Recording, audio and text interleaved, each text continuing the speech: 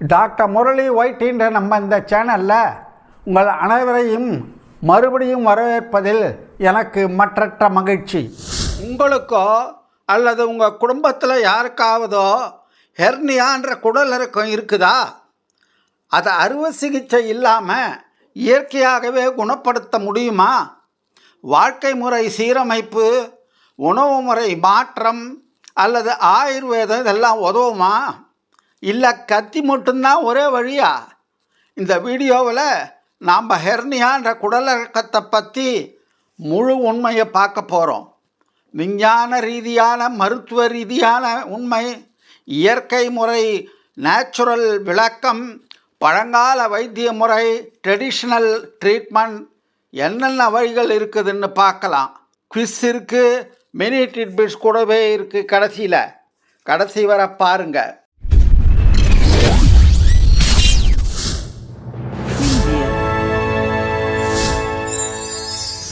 முதல்ல ஹெர்னியான்னா என்ன? குடலிறக்கம் என்ற வார்த்தை தெரியும் நமக்கு. அப்படின்னா உடலின் ஓர் உள்ளுறுப்பு பகுதி அதற்குரிய இடத்தை விட்டு தசைகளில் உள்ள பலகீனமான இடம் வழியாக வெளியே தள்ளப்படுகின்ற நிலைதான் ஹெர்னியா. இது பொதுவாக வயிற்றுப்பகுதியில், அதாவது கிராயின்றாங்கள, வயிறும் தொடையும் சேர்ற இடம், அந்த இடத்துல ஏற்படுது. குறிப்பாக வலுவற்ற தசைகள் அல்லது சதைகளின் வழியாக அழுத்தப்பட்டு ஒரு குழாய் போல தோணுது. என்னென்ன வகைகள் இருக்குதுல டைப்ஸ்? இங்கோயினல் ஹெர்னியான்றது முதல்ல வர்றது வயிற்றின் கீழ்ப்புறம் கிராயின் பகுதியில், அதாவது வயிறும் தொடையும் சந்திக்கும் பகுதியில் வர்றது. ஆண்களுக்கு அதிகம் வரும், மிகவும் அதிகமாக காணப்படும் வகை இதுதான். ரெண்டாவது அம்பலிக்கல் ஹெர்னியா, தொப்புள்ள வர்றது. மூணாவது ஹியேட்ரல் ஹெர்னியா, வயிறு பாகம் மார்பு பகுதியில் நுழைவதுனால உதரவிதானம்ன்ற டயஃப்ரம் வழியாக வர்றது ஹியேட்ரல் ஹெர்னியா. நாலாவது இன்சிஷனல் ஹெர்னியா, முந்தைய அறுவை சிகிச்சை செஞ்ச இடத்துல வர்றது.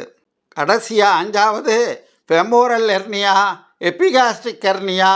இதெல்லாம் இடுப்புக்கு கீழே பெண்களுக்கு ஜாஸ்தி வர்றது. காரணங்கள் என்ன? ஹெர்னியா வர்றதுக்கு ஆபத்து காரணிகள் என்னன்றதை பார்க்கலாம். பலகீனமான வயிற்றுச்சுவர் தான் மெயின் காரணம். கஞ்சனிட்டல் அல்லது வயசாகிறதுனால. கனமான பொருட்களை தூக்கும் பழக்கம் இருக்கவங்களுக்கு, கிரானிக் காஃப், நாட்பட்ட இரும்பல், மலச்சிக்கல், உடல் பருமன் இவங்களுக்கெல்லாம் வரும். முந்தைய வயிற்றுப்பகுதியில் அறுவை சிகிச்சை செஞ்சுதான் இந்த இடத்துல வரலாம். ப்ரெக்னன்சி, கர்ப்ப காலத்தில் வரும். அடுத்து நம்ம பார்க்க போகிறது அறிகுறிகள். என்னென்ன அறிகுறிகள் இருக்கும் இதில்? சிம்டம்ஸ்: 1 வீக்கம், ஸ்வெல்லிங். 2 வலி அல்லது எரிச்சல். 3 முக்கும்போது அல்லது சிரமமான வேலைகள் செய்யும்போது வலி அதிகமாக வருது. 4 உணவுக்கு பிறகு வயிறு உப்புசம் அல்லது அசௌகரியம். இயற்கை முறையில் ஹெர்னியா குணமாகுமா?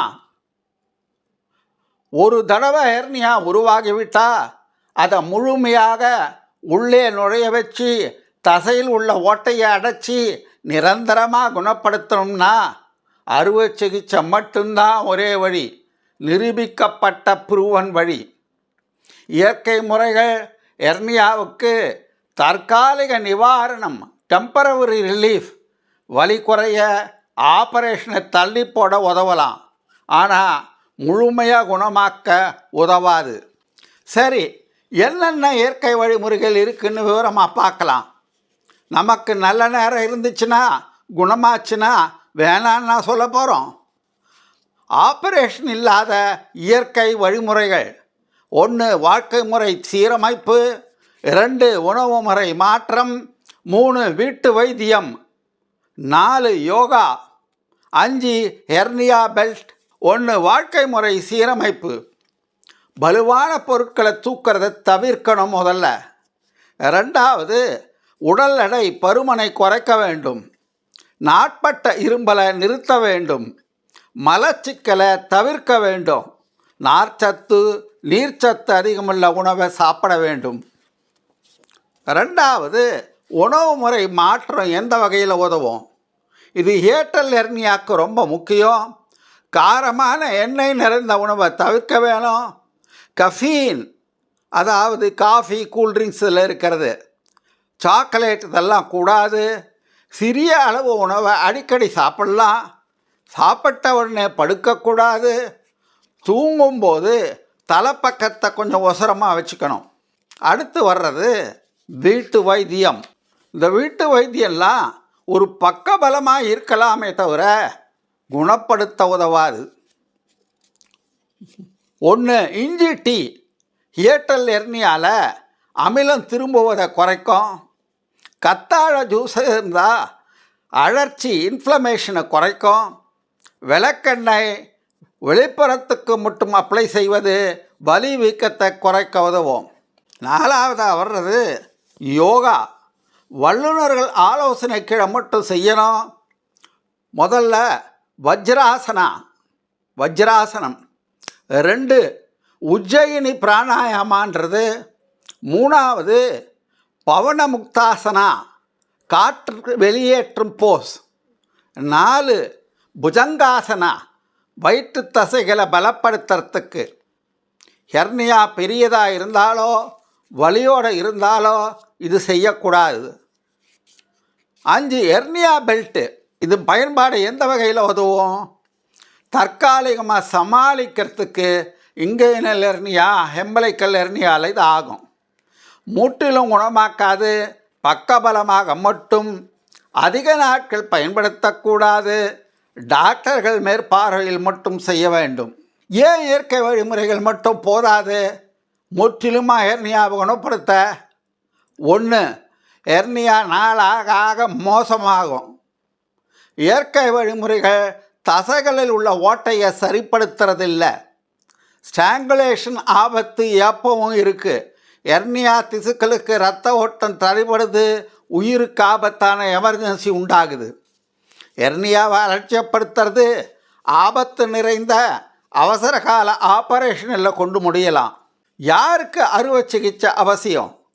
1, வீக்கம், வலி அதிகமாகி வழக்கமான வேலைகளை செய்ய முடியாத நிலை ஏற்பட்டால். 2, ஸ்ட்ராங்குலேட்டட் ஹெர்னியா, இரத்த ஓட்டம் தடைக்கப்படுகின்ற நிலை, அவசர எமர்ஜென்சி கால நடைமுறை இது. 3, வயிற்று வலி, வாந்தி, மலம் போகாத நிலை. அறுவை சிகிச்சை பாதுகாப்பானதா? இன்றைய laparoscopic surgery, keyhole surgery, minimally invasive அறுவை சிகிச்சைகள் ரொம்பவும் பாதுகாப்பானவை. ஆப்ரேஷன் முடிந்து பிற்கால விளைவுகள் ரொம்பவே குறைவாக இருக்கும். குணமடைகிறதும் வேகமாக நடைபெறும். இப்போ நம்ம கடைசியாக குவிஸ் பகுதிக்கு வந்திருக்கோம். இந்த வார குவிஸ் ஆனது ஹியேட்டல் ஹெர்னியாவில் வயிறு உடலின் எந்த பகுதிக்குள்ளே நுழையுது? 1, நுரையீரல். 2, மார்பு பை, செஸ்ட் கேவிட்டி. 3, இருதயம். 4, குடல். சென்ற வார குவிஸின் விடை சல்ஃபர். Mini titbits.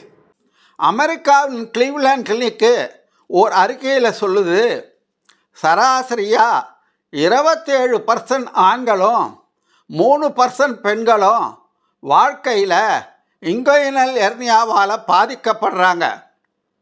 ஆரம்பகால கண்டுபிடிப்பு மற்றும் தேர்வு, அறுவை சிகிச்சை, எலக்டிவ் சர்ஜரி இவை அவசர கால அறுவை சிகிச்சையை விட பாதுகாப்பானவை. கடைசி தீர்ப்பு சுருக்கமாக சொன்னால், இயற்கையாகவே ஆப்ரேஷன் இல்லாமல் ஹெர்னியாவை குணப்படுத்த முடியாது. தற்காலிகமாக சமாளிக்க மட்டும்தான் முடியும். இதைத்தான் பாரதியார் அந்த காலத்திலேயே கத்தியின்றி ரத்தமின்றி யுத்தமின்றி வருகுதுன்னு சொன்னாரோ. அறுவை சிகிச்சை மட்டும்தான் நிரந்தர குணப்படுத்தும் தீர்வு. என்னப்பா, வீடியோ பார்த்ததுலேருந்தே பாதி பேர் சோகமாக இருக்கீங்க? அட போங்க சார், நீங்கள் வேற. எங்களில் நிறைய பேருக்கு ஹெர்னியா வந்து வீங்கி கிடக்குது. நீங்கள் தான் கத்தி தான் ஒரே வழின்னு சொல்லிட்டீங்களே. இல்லைப்பா, உண்மையைத்தான் சொன்னேன். உங்கள் ஹெர்னியா தானே இயக்க வழியில் சரியாயிட்டா உலகத்திலேயே ஃபஸ்ட்டு பெருமகிழ்ச்சி அடையிறவன் நானாக தான் இருப்பேன். இந்த வீடியோவானது மெடிக்கல் எஜுகேஷன் பர்பஸுக்காக தயார் செய்யப்பட்டது. ப்ரொஃபஷனல் மெடிக்கல் கவுன்சிலிங்கோ டயக்னோசிஸ்க்கோ ட்ரீட்மெண்ட்டுக்கோ இது ஒரு மாற்று அல்ல. தேவைப்படுவோர் அருகிலுள்ள மருத்துவமனைக்கு சென்று தங்களுக்கு தேவையான ஆலோசனைகளை ட்ரீட்மெண்ட்டை பெற்றுக்கொள்ள வேண்டும். காணொளி உங்களுக்கு பிடித்திருக்கும் என்று நினைக்கிறேன். லைக் பண்ணுங்கள், சப்ஸ்கிரைப் பண்ணுங்கள், பக்கத்தில் இருக்கிற பெல் பட்டனை அழுத்தி ஆலை டிக் பண்ணுங்கள். அப்போ தான் எல்லா நோட்டிஃபிகேஷன் உங்களுக்கு உடனுக்குடனே வந்து சேரும். ஷேர் பண்ணுங்கள். உங்களுடைய கமெண்ட்ஸை, டவுட்ஸை, சஜஷன்ஸை கமெண்ட் பாக்ஸில் ட்ராப் பண்ணுங்கள். அடுத்த வாரம் உங்களுக்கு எந்த டாப்பிக்கை பற்றி டிஸ்கஸ் பண்ணலாம் அப்படின்றதையும் கமெண்ட் பாக்ஸில் போடுங்க. நமது சேனலின் வீடியோக்கள் எல்லாமே ஒவ்வொரு வாரமும் சனிக்கிழமை சாயந்தரம் 4 மணிக்கு தவறாமல் உங்களை வந்து சேரும். என்னுடன் இணைந்தமைக்கு மிக்க நன்றி. மீண்டும் அடுத்த வாரம் உங்களை ஒரு இன்ட்ரெஸ்டிங் டாப்பிக்கோடு வந்து சந்திக்கிறேன். Until then, bye.